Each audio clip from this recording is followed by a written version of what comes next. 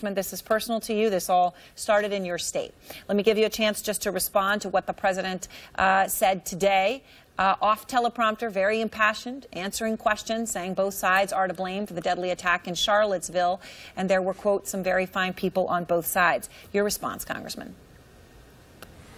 Well, let me first say, my sympathies and condolences out to Heather's family and the two troopers, of course. I know for their families and their friends as well, too. I think that leadership matters. There's no question about that, and it starts at the top. And, this from the KKK, Nazis, the folks that are responsible for this rally, they're the ones that are 100% responsible for it. That doesn't excuse premeditated lawlessness from anybody, from anyone, but they are responsible for it, and I think that we should speak out loudly and clearly and shame them, because there's no home for hate anywhere in Virginia or in America. And this is a group, of course, that is anti-black, anti-gay, anti-Jew, and there's just no excuse for it. So they should be now denounced in the strongest terms possible by anyone in America. Were you shocked by what the president did today? I mean, yesterday he came out, and fine, it was late. You criticized him for that. You were very clear. You said the actions and ideology of hate from white supremacists have no place in our state, country, or the world. You were clear. Then the president finally came out yesterday and read from the teleprompter. Today, though, he was impassioned and obviously going back to what he had originally said, both sides. Were you surprised? Yes and no.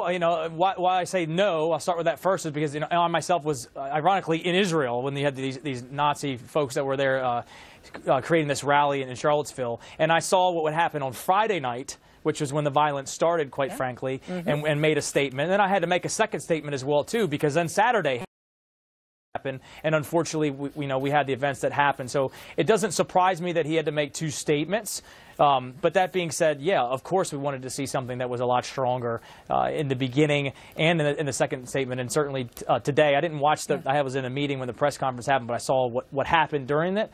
And I think, you got to unequivocally say, look, this is wrong. This should never happen. You're not going to be talking about that there are fine people that are with swastikas and stuff walking in Charlottesville. So, yeah, I don't agree with that, of course, and I think that he should have been stronger. Why? Leadership matters, and it starts at the top. Why do you think he did it? I mean, that's what everyone's trying to understand, Congressman. Why do you think he did it? Is he a racist? Is he trying to appeal to racists? What's the reasoning, do you think? I can't answer that, definitively at all. I don't believe the president's a racist. I think that's the wrong thing to say for folks. I think, he talked about on both sides. Like I said, there was premeditated lawlessness on both sides. That should be reported in the press. One of you had a guest that was trying to get that out, I think, a couple of minutes ago. Yes. But that should be. The facts should certainly be reported. That does not alleviate the responsibility of the Nazis, the KKKs, and the groups that organize this protest to cause problems. There's no question about it. The responsibility lies with them. But that also doesn't excuse lawlessness on any side for that matter. So I don't know if he was trying to say that. I'm just not sure.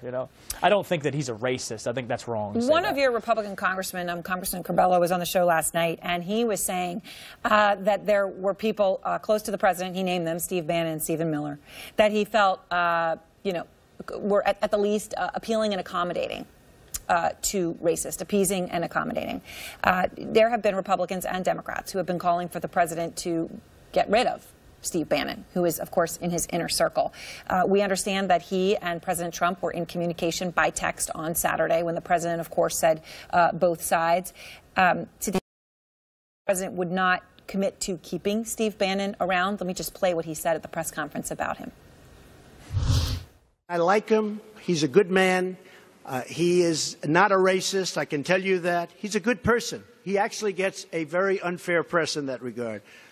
But we'll see what happens with Mr. Bannon. But he's a good person, and I think the press treats him, frankly, very unfairly. Do you think Steve Bannon should have a place in this White House, Congressman? Look, I'm going to leave it to the president to decide who he wants to have in his White House. That is his prerogative. We elected him. He's there. I don't know Steve Bannon personally. I know that he's gotten a lot of press. I don't know if it's right or wrong. I don't know him. I don't know him personally. But it is the president's prerogative, and he will have to deal with both the positives and the negatives of anyone who he brings in his White House. All right. Thank you very much, Congressman Taylor. I appreciate your time.